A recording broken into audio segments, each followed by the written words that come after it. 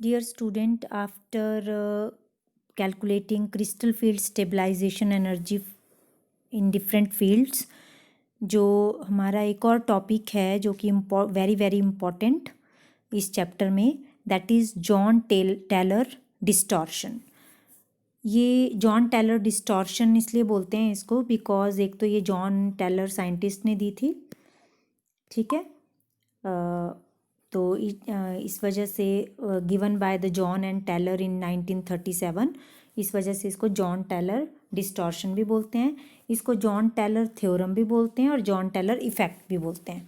तो किसी भी तरह से आपको क्वेश्चन आ सकता है कि जॉन टेलर थ्योरम क्या है, जॉन टेलर इफ़ेक्ट क्या है, या जॉन टेलर डिस्टॉर्शन क्या है। ये तीनों one and the same thing है, ठीक है। और इसमें जो है अब डिस्टॉर्शन क्या होती है। डिस्टॉर्शन हुआ कि जब कोई शेप, जैसे मान लो लीनियर शेप ना होके, अगर तो किसी मॉलिक्यूल की लीनियर शेप है, जैसे कार्बन डाइऑक्साइड है, इसकी लीनियर शेप है ना। ये तो आपका इनऑर्गेनिक मॉलिक्यूल हुआ, या कोई दूसरे भी हैं मॉलिक्यूल, अगर उनकी लीनियर शेप है तब तो इसका कोई इफ़ेक्ट नहीं होता है जॉन टेलर थ्योरम का इसके ऊपर। लेकिन अगर कोई नॉन लीनियर मॉलिक्यूलर सिस्टम है, जैसे अभी तक इसमें इस चैप्टर में जो हम पढ़ रहे हैं वो ऑक्टाहेड्रल पढ़ रहे हैं या टेट्राहेड्रल सिस्टम पढ़ रहे हैं, तो ये नॉन लीनियर है ना। देखिए टेट्राहेड्रल इस तरह से बनी, तो ये लीनियर मॉलिक्यूल तो है नहीं, ठीक है, ये लीनियर मॉलिक्यूल नहीं है। तीन इसमें यहाँ पे हैं, ठीक है, ट्रायंगल में, और एक ऊपर की तरफ को है। और एक आपने ऑक्टाहेड्रल पढ़ा, ऑक्टाहेड्रल में भी ये square and then pyramidal, bi pyramidal, ठीक है। तो ये भी आपका जो है वो नॉन लीनियर सिस्टम है। तो इसमें हम इन्हीं की बात करेंगे। जैसे ऑक्टाहेड्रल सिस्टम में जो है ये भी एक नॉन लीनियर मॉलिक्यूलर सिस्टम है, और इसमें डिस्टॉर्शन हो जाती है। डिस्टॉर्शन मतलब इसकी शेप डी शेप हो जाती है। यह आप उस तरह से समझ सकते हैं कि जैसे हमने वो किया था ना, टेट्रागोनल स्ट्रक्चर्स किया था ना, मतलब जैसे आपके ऑक्टाहेड्रल में ये मान लो सेंट्रल मेटल है और यहाँ पे लिगेंट लगे हुए हैं यहाँ पे, तो अगर तो ये सारे के सारे लिगेंट इक्वल डिस्टेंस पे है, मतलब ये जो बॉन्ड लेंथ है इन सब की बॉन्ड लेंथ अगर एक जैसी है तो ये रेगुलर टेट्राहेड्रॉन बनेगा। अगर इनकी जो लेंथ है इन बॉन्ड्स की ये इक्वल लेंथ है तो ये कैसा टेट्राहेड्रॉन बनेगा, रेगुलर टेट्राहेड्रॉन बनेगा। लेकिन सपोज किसी वजह से जो ये वाला बॉन्ड है ये ऊपर हो जाए, ये लॉन्ग हो जाएं, और ये वाले जो हैं वो शॉर्ट हो जाएं, ये जो 4 हैं ये शॉर्ट हो जाएं और ये वाले लॉन्ग हो जाएं, तो ये देखिए ये रेगुलर टेट्राहेड्रॉन नहीं रहेगा, ठीक है, ये टेट्रागोनल स्ट्रक्चर बन जाएगी। और यहाँ पे इस वाले स्ट्रक्चर को, मतलब यहाँ पे क्या हुआ, इलोंगेशन हुआ, देयर इज टेट्रागोनल इलोंगेशन हुआ इस केस में। और दूसरी चीज़ क्या हो सकती है कि ये वाले बॉन्ड आपके जो ये दो हैं ये आपके इनके कंपैरिजन में शॉर्ट हो जाएं, ये लॉन्ग हो जाए ना, ये वाले लॉन्ग हो जाएं बॉन्ड जो स्क्वायर प्लेनर में है, और जो यहाँ पे अप साइड और बिलो प्लेन है ये आपके शॉर्ट हो जाएं। तो यहाँ पे क्या हुआ, कंप्रेशन हुआ, टेट्रागोनल कंप्रेशन बोलते हैं उसको। जब जेड एक्सिस के अलोंग, ये मान लो जेड एक्सिस है, तो जेड एक्सिस के अलोंग या तो इलोंगेशन हो रही है या फिर आपकी कंप्रेशन हो रही है। और यहाँ पे जो जेड एक्सिस के अलोंग इलोंगेशन एंड कंप्रेशन होती है ना, इसको कई बार हम क्या भी बोल सकते हैं, क्या भी बोल देते हैं। अगर इलोंगेशन हो रही है तो हम उसको बोलेंगे जेड आउट, जेड आउट, मतलब जेड से जेड एक्सिस जो है वो बाहर की तरफ को निकल रही है। और अगर कंप्रेशन हो रहा है तो जेड में in, Z in, Z out and Z in, ये दो टर्म्स भी इसमें यूज़ होती हैं, Z out and Z in. तो देखिए यही डिस्टॉर्शन होती है। डिस्टॉर्शन का क्या मतलब हुआ, डिस्टॉर्शन का मतलब हुआ कि रेगुलर टेट्राहेड्रॉन से रेगुलर ऑक्टाहेड्रल स्ट्रक्चर से जो हैं वो आपकी कौन सी स्ट्रक्चर्स बन रही हैं, टेट्रागोनल स्ट्रक्चर बन रही हैं। टेट्रागोनल या तो इलोंगेशन हो रही है या टेट्रागोनल कंप्रेशन हो रहा है, ठीक है, तो उसको जेड आउट या जेड इन भी बोलेंगे, है ना। तो एक तरह से आपका रेगुलर टेट्राहेड्रॉन का जो रेगुलर ऑक्टाहेड्रॉन का जो स्ट्रक्चर था वो आपका डिस्टर्ब हो गया ना डिस्टर्ब। पहले इक्वल लेंथ थी सबकी, चारों तरफ से वो बराबर लेंथ के थे और इक्वल थे सारे के सारे बॉन्ड, तो यहाँ पे डिस्टॉर्शन हो जाती है। तो इसकी जो डेफिनेशन है या उसकी जो स्टेटमेंट है इस थ्योरम की, वो हम किस तरह से दे सकते हैं। ये आपको डेफिनेशन आ सकती है, क्या है, any non linear molecular system. तो मैंने बता दिया नॉन लीनियर है, जैसे ऑक्टाहेड्रल है या टेट्राहेड्रॉन है, ठीक है। तो any non linear molecular system in degenerate electronic state. ये डीजेनरेट इलेक्ट्रॉनिक स्टेट क्या है, ये अभी हम करेंगे। मतलब इलेक्ट्रॉन की जो है अगर वो एक जैसी इलेक्ट्रॉन अगर आपके इक्वली डिस्ट्रीब्यूट हुए हैं सारे ऑर्बिटल्स में, ठीक है, सारे ऑर्बिटल्स में इक्वली डिस्ट्रीब्यूट हुए हैं तो डिस्टॉर्शन नहीं होती है। लेकिन अगर वो इक्वली डिस्ट्रीब्यूट नहीं हुए हैं तो दैट विल बी अनस्टेबल। अभी हम जब इसको अच्छे से करेंगे ना एंड तक आपको ये डेफिनेशन भी समझ में आ जाएगी कि non linear molecular system in degenerate electronic state will be unstable. मतलब जैसे ये ईजी हैं, ये दोनों ईजी के अगर ऑर्बिटल हैं ऑक्टाहेड्रॉन की अगर हम बात करें, और ये T2G के हैं, तो ये ईजी के ऑर्बिटल कैसे हैं, अभी ये आपके डीजेनरेट स्टेट में हैं, डीजेनरेट स्टेट में हैं, दोनों की इक्वल एनर्जी है। और ये अगर आपके इलेक्ट्रॉनिक स्टेट में अगर, तो ये इलेक्ट्रॉन इक्वली डिस्ट्रीब्यूट हैं दोनों ऑर्बिटल्स में, मतलब दोनों ऑर्बिटल में या एक एक इलेक्ट्रॉन है या दो इलेक्ट्रॉन है, तो इक्वली डिस्ट्रीब्यूटेड हुए, या दोनों ही खाली हैं, ठीक है, तब तो वो स्टेबल होगा। पर अदरवाइज अगर इलेक्ट्रॉन प्रेजेंट हैं और इक्वली प्रेजेंट नहीं है, अनइक्वली प्रेजेंट हैं, तो वो अनस्टेबल हो जाती है and will undergo some kind of distortion. और मॉलिक्यूलर सिस्टम में डिस्टॉर्शन हो जाएगी which will lower its symmetry, जो उसकी सिमेट्री को कम कर देती है, and split the degenerate state. तो ये जो डीजेनरेट स्टेट में थे ना दो, अभी तक हमने क्या बोला कि ऑक्टाहेड्रल के जो 5 ऑर्बिटल हैं वो आपके डी ऑर्बिटल्स जो हैं वो 2 ईजी में अपर साइड पे चले जाते हैं और T2G के नीचे चले जाते हैं।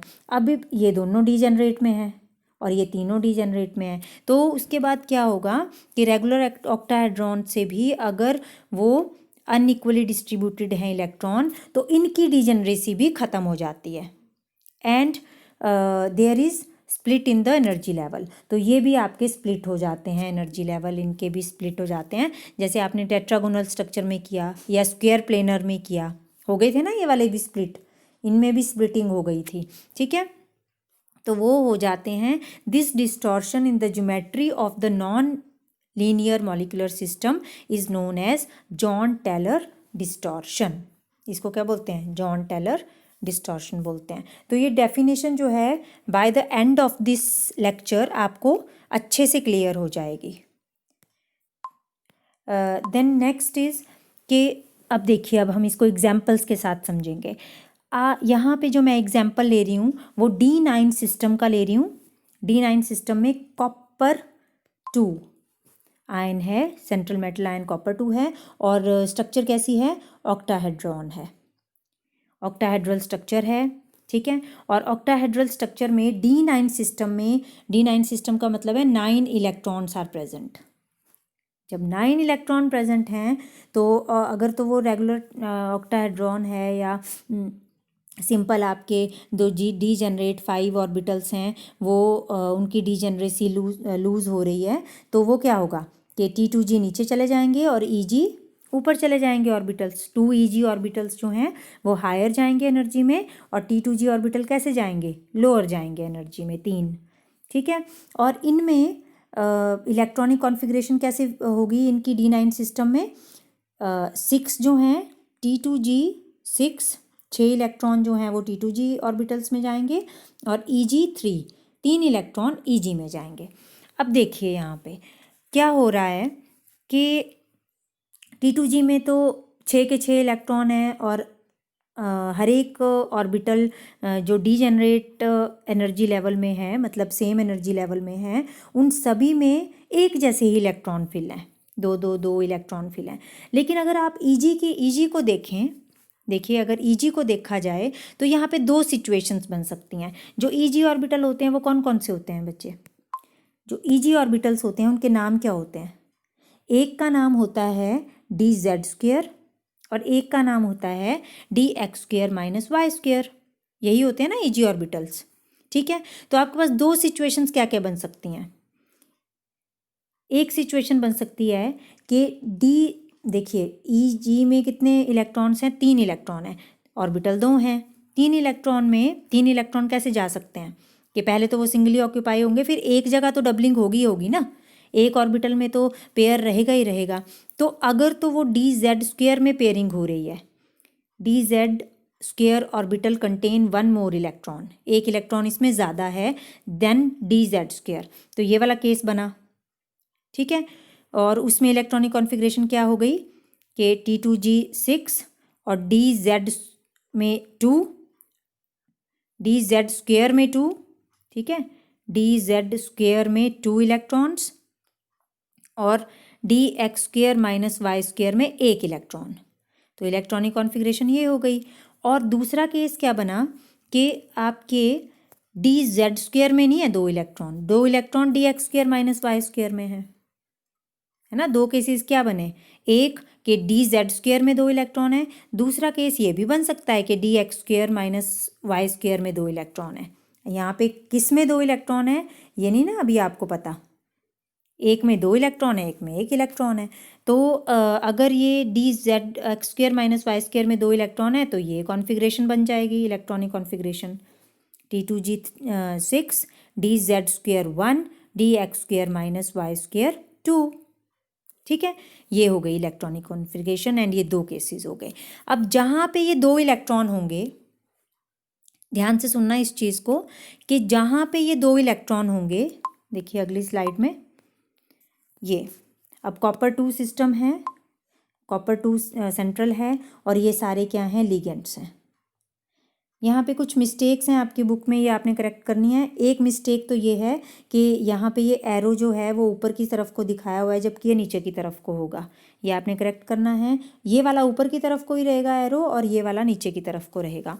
और दूसरी मिस्टेक इस पिक्चर में ये है कि यहाँ पे 2 इलेक्ट्रॉन दिखाए हैं जबकि यहाँ पे एक ही इलेक्ट्रॉन होगा, है ना। क्योंकि हम किसकी बात कर रहे हैं? देखिए इसमें ये जो ईजी ऑर्बिटल्स की बात कर रहे हैं, T2G में अभी हम यहीं जाएंगे इसमें, क्योंकि T2G जो हैं वो 6 के 6 इलेक्ट्रॉन हैं और वो सारे के सारे डीजेनरेट स्टेट में ही रहेंगे क्योंकि उसके इलेक्ट्रॉन्स जो हैं वो इक्वली डिस्ट्रीब्यूट हुए हैं। लेकिन ईजी ऑर्बिटल में एक ऑर्बिटल में 2 इलेक्ट्रॉन है, एक ऑर्बिटल में 1 ही इलेक्ट्रॉन है। तो सपोज फर्स्ट केस हम ले लेते हैं कि डी जेड स्क्वेयर में 2 इलेक्ट्रॉन है, तब क्या होगा? तो जेड स्क्वेयर में जब 2 इलेक्ट्रॉन है तो जेड एक्सिस को देखेंगे हम। जेड एक्सिस में जेड एक्सिस के अलोंग कितने लिगेंड आ रहे हैं? 2 लिगेंड्स आ रहे हैं, this one and this one, ये 2 लिगेंड्स आ रहे हैं। तो जब इसमें 2 इलेक्ट्रॉन हैं तो ये लिगेंड्स जो हैं वो क्या होंगे? इन इलेक्ट्रॉन से रिपेल हो जाएंगे। लिगेंड के इलेक्ट्रॉन जो हैं वो और डी जेड स्क्वेयर के 2 इलेक्ट्रॉन जो हैं इन लिगेंड को क्या कर देंगे?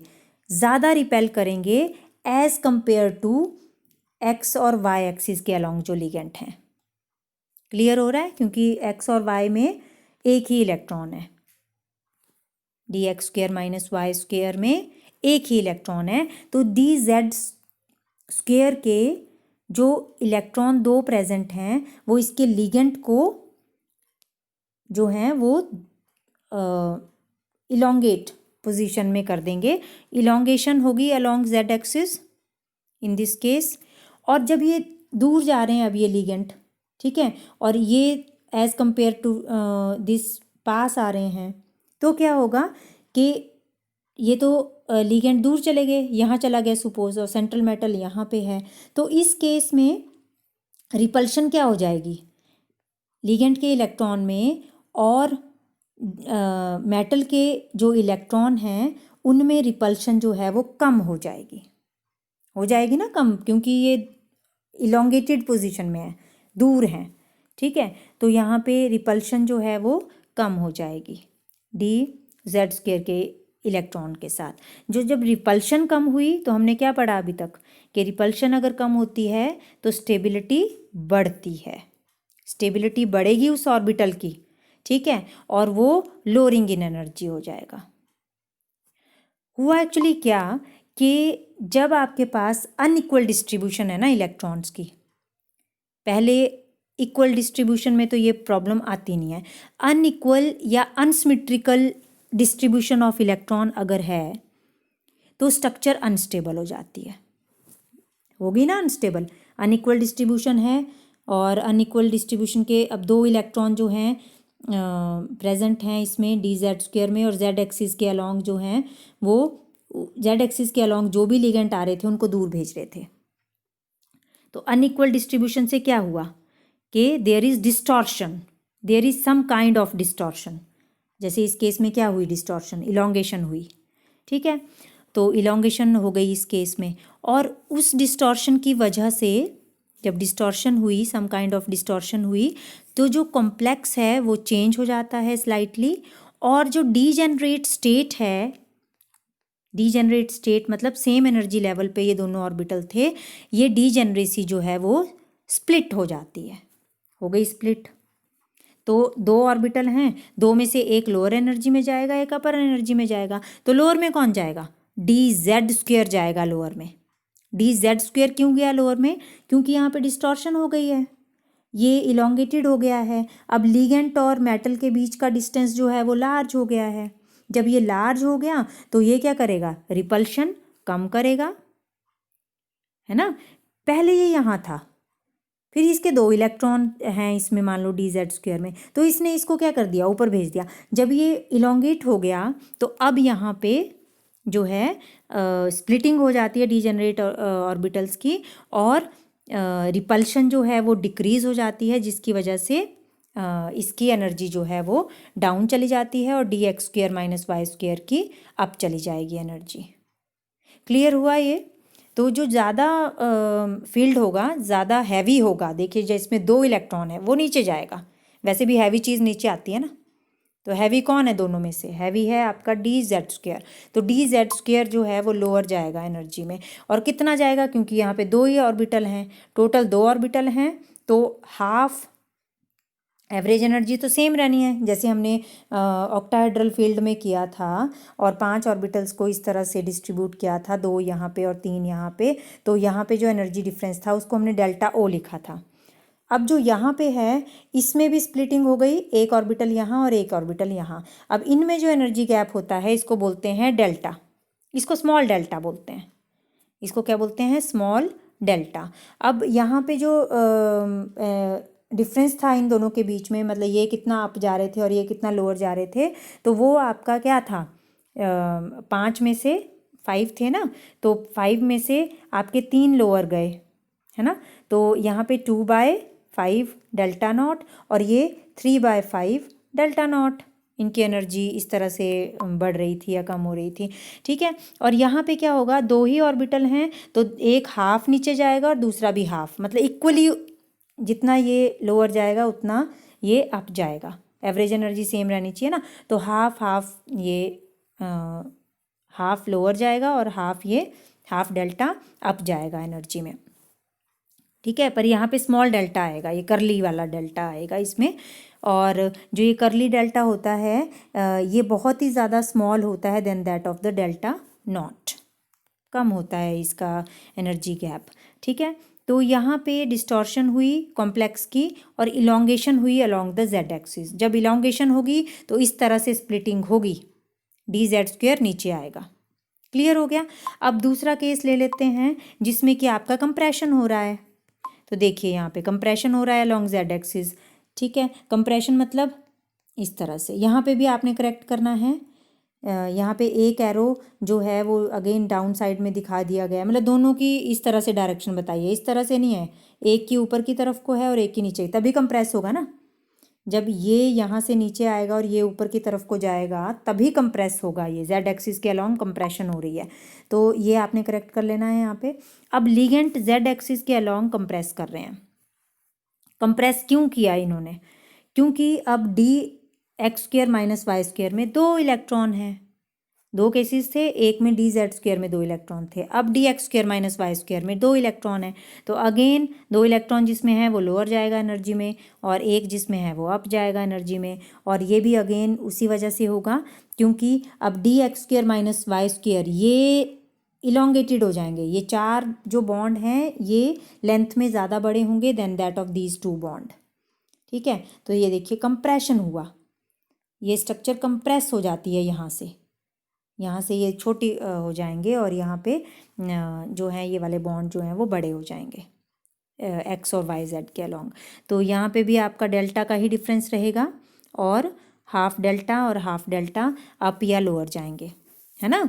तो अब इसमें क्रिस्टल फिल्ड स्टेबलाइजेशन एनर्जी तो ये है नहीं आपके यहाँ पे, तो हमने जॉन टेलर इफेक्ट ही पढ़ना है, अदरवाइज वो भी आपको आ सकती है कि कंप्रेशन हो रहा है तो crystal field stabilization energy calculate करिए, तो कुछ नहीं है, इस तरह से आपने फिल कर देने हैं। और उसके बाद आपकी ये थोड़ा हायर लेवल का है तो आपको अभी सिलेबस में नहीं है, आपने नहीं करना है इसको अभी, कि crystal field stabilization energy for elongation and compression, यहाँ आपने जॉन टेलर इफेक्ट पे ज़्यादा ध्यान देना है।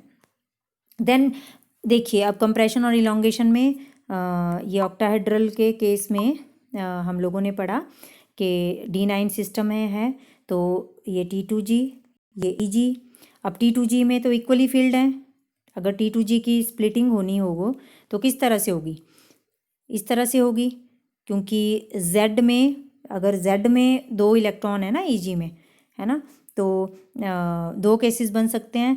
इलोंगेशन के केस में क्या केस बनता है? इलोंगेशन के केस में Z लोअर एनर्जी में जाता है, ठीक है, तो यहाँ पे भी जहाँ जहाँ Z होगा, जैसे DXZ DYZ और DXZ ये लोअर जाएंगे एनर्जी में और DXY अपर जाएगा एनर्जी में। इलोंगेशन के केस में इस तरह से होता है।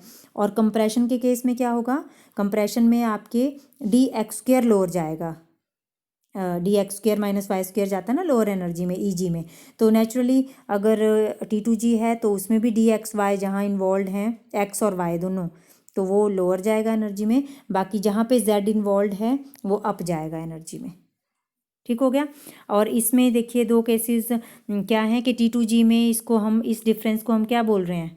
अगर T2G में हो रहा है तो ये एनर्जी गैप उसको हम Δ2 बोल दे रहे हैं, और इस EG में जो है उसको हम Δ1 बोल रहे हैं, और Δ2 और Δ1 जो है वो smaller than that of the Δ0 है।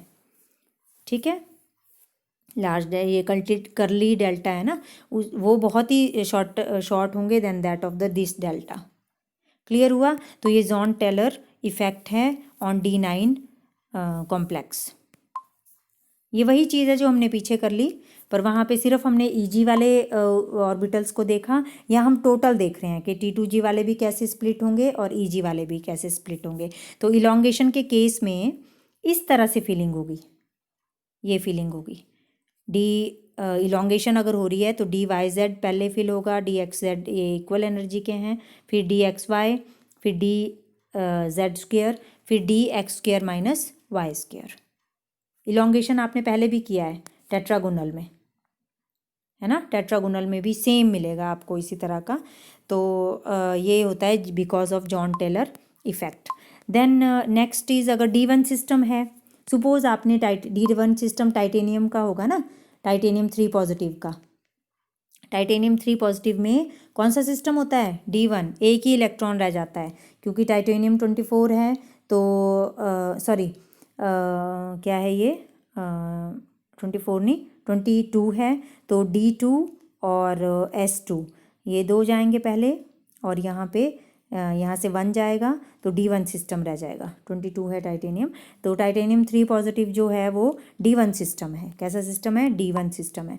तो D1 सिस्टम में अब देखिए यहाँ पे अगर D1 सिस्टम है तो 5 ऑर्बिटल में अगर वो ऑक्टाहेड्रल कॉम्प्लेक्स है, 6 हैं इलेक्ट्रॉन 6 क्लोराइड हैं, इसको वो कर रहे हैं जो, तो T2G और EG इस तरह से स्प्लिटिंग होगी। अब T2G में D1 सिस्टम है, कहाँ जाएगा इलेक्ट्रॉन? सिर्फ T2G में ही जाएगा। यहाँ पे तो 0 इलेक्ट्रॉन है, यहाँ पे तो आपकी स्प्लिटिंग होगी नहीं जॉन टेलर इफेक्ट की वजह से। लेकिन यहाँ पे जो हैं ये ऑर्बिटल्स कौन कौन से हैं? ये ऑर्बिटल हो सकता है आपका DXY, DYZ, DZX, कोई भी हो सकता है। और ये दो ऑर्बिटल जो हैं वो Z एक्सिस से बिलोंग करते हैं और ये XY एक्सिस से करता है। तो अगर दो केसेस अगेन हो जाएंगे कि अगर आपका इलेक्ट्रॉन जो है वो DXY में है, मतलब X और Y एक्सिस के अलॉन्ग है इलेक्ट्रॉन, तो वही नीचे जाएगा।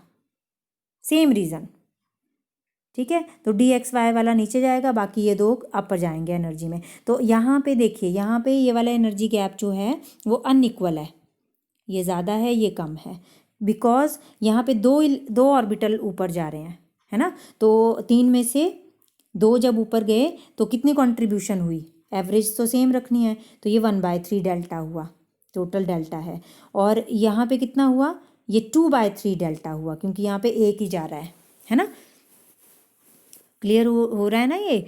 और यहाँ पे दूसरा केस क्या हो सकता है कि आपका जो इलेक्ट्रॉन है वो Z एक्सिस के अलॉन्ग है। सपोज आपका ऑर्बिटल ऐसे ऑर्बिटल में इलेक्ट्रॉन प्रेजेंट है जिसमें Z एक्सिस इन्वॉल्व है, तो वो आपके दो ऑर्बिटल होंगे, DYZ, DZX। तो इनमें से तो किसी में भी हो सकता है, इनमें से किसी में भी हो सकता है इलेक्ट्रॉन। तो ये दोनों ही लोअर जाएंगे एनर्जी में और ये अप जाएगा एनर्जी में, है ना। और अगर आप इस केस में D1 सिस्टम में इलोंगेशन की और कंप्रेशन की बात करें तो देखिए इसमें है ना इलेक्ट्रॉन DXY में, तो XY में अगर इलेक्ट्रॉन है तो X एक्सिस के अलॉन्ग ये 4 लिगेंड होते हैं और X और Y में है आपका इलेक्ट्रॉन। तो ये क्या होगा बच्चे? ये वाले बॉन्ड इलोंगेट हो जाएंगे।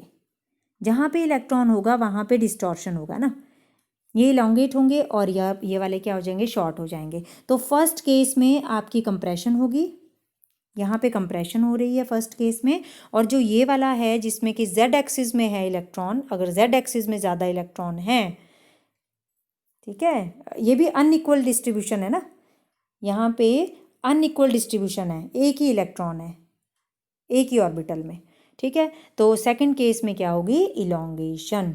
सेकंड केस में इलोंगेशन होगी D1 सिस्टम में, ठीक है। देन अगर आपसे पूछें जैसे सपोज इसमें हमारा जॉन टेलर डिस्टॉर्शन किस किस सिस्टम में हो सकता है, तो हमने सबसे पहले यहाँ पे क्या देखना होता है कि जॉन टेलर डिस्टॉर्शन सिर्फ वहीं होगा जहाँ इलेक्ट्रॉन की अनइक्वल डिस्ट्रीब्यूशन होगी, अनइक्वल डिस्ट्रीब्यूशन होगी। तो D1 सिस्टम में अभी हमने किया उसमें T2G में एक ही इलेक्ट्रॉन है, जबकि T2G के कितने ऑर्बिटल हैं? 3। या तो तीनों होते, तीनों में एक एक इलेक्ट्रॉन होता। जब तीनों में एक एक इलेक्ट्रॉन होता है जैसे D3 सिस्टम, तो there is no Jahn Teller distortion. आ गया ना समझ, है ना। तो तीनों में अगर इक्वल डिस्ट्रीब्यूशन है तो जॉन टेलर डिस्टॉर्शन नहीं होती है। तो कहाँ कहाँ नहीं होगी? T3 में, T2G 3 में, T2G 6 में नहीं होनी चाहिए, T2G 6 में लो स्पिन, T2G 6 में। D सिस्टम में दो केसेस बनते हैं, एक लो स्पिन बनेगा एक हाई स्पिन बनेगा। तो लो स्पिन में नहीं होगी, लो स्पिन में क्योंकि आपके पेयरिंग हो जाएगी 6 के 6 इलेक्ट्रॉन्स की D6 सिस्टम में। और कहाँ नहीं होगी? जहाँ पे आपका T2G 6 और EG2 D8 सिस्टम में। T2G में 6 अगर हैं तो ये देखिए 3 ऑर्बिटल थे डीजेनरेट स्टेट में, इक्वली फील्ड हैं या सिमेट्रिकली फील्ड हैं, ठीक है। और अगर आप EG जो है, EG भी सिमेट्रिकली फील्ड है, एक इसमें है इलेक्ट्रॉन एक इसमें है, ठीक है। तो यहाँ पे भी जॉन टेलर डिस्टॉर्शन नहीं होगी। और किस में नहीं होगी? D10 में, क्योंकि D10 में तो 6 इसमें हैं और 4 इसमें हैं। तो अगेन ऑर्बिटल सारे के सारे इक्वली या सिमेट्रिकली फील्ड हैं, ठीक है। तो यहाँ पे भी जॉन टेलर डिस्टॉर्शन नहीं होगी। और किस में? ये देखिए ये रह गया एक हाई स्पिन D5 में। D5 में भी हाई स्पिन में तो हाई स्पिन में नहीं होगी, लो स्पिन में होगी, है ना। हाई स्पिन में क्या होता है बच्चा, हाई स्पिन में T2G में 3, तो देखिए इक्वली फील्ड है या सिमेट्रिकली फील्ड है, और EG में 2, यहाँ पे भी सिंगल सिंगल एक एक इलेक्ट्रॉन है सब ऑर्बिटल में, तो ये सिमेट्री बन रही है, एक एक ऑर्बिटल सब इलेक्ट्रॉन में, तो यहाँ पे भी जॉन टेलर डिस्टॉर्शन नहीं होगी। तो कहाँ कहाँ नहीं हुई, एक आपका D3 सिस्टम में, D5 में लो स्पिन हाई स्पिन में, D6 में लो स्पिन में, D8 में नहीं हुई और D10 में नहीं हुई। D8 मतलब लो स्पिन और हाई स्पिन की बात तो हमारी सिर्फ कहाँ से शुरू होती है, D4 से लेके D7 तक, है ना। तो इस तरह से हमने ये देखा कि कहाँ कहाँ जॉन टेलर डिस्टॉर्शन नहीं होगी। बाकी सिस्टम में अनइक्वल डिस्ट्रीब्यूशन है तो होगी, है ना। ये देखिए अब यहाँ पे D2 सिस्टम में T2G में 2 एक इलेक्ट्रॉन या 2, तो T2G के तो 3 ऑर्बिटल हैं, तो तीनों या तो सिंगली ऑक्यूपाइड होने चाहिए। जब आपके 2 ही सिंगली ऑक्यूपाइड हुए तो ये तो रह गया ना बेचारा खाली, ठीक है। तो अनइक्वल डिस्ट्रीब्यूशन है तो उसकी वजह से डिस्टॉर्शन होगी। यहाँ पे ये देखिए, यहाँ पे EG का एक खाली रह जाता है T2G3 EG1 में, तो यहाँ पे तो तीनों फिल हो गए इक्वली, लेकिन EG जिसमें कि 2 ऑर्बिटल थे डिजेनरेट स्टेट में, तो सिर्फ एक ही फिल हुआ, ये अगेन खाली रह गया, तो इसकी वजह से डिस्टॉर्शन हो जाएगी। जो वेकेंट रह जाता है, जो खाली है वो लोअर चला जाएगा एनर्जी में, जो वेकेंट है वो ऊपर जाएगा एनर्जी में, ठीक है। तो ये आई होप आपको ये टॉपिक अच्छे से समझ में आ गया है, और अब आपको ये डेफिनेशन भी क्लियर हो गई होगी ये वाली, कि any non linear molecular system in degenerate electronic state will be unstable.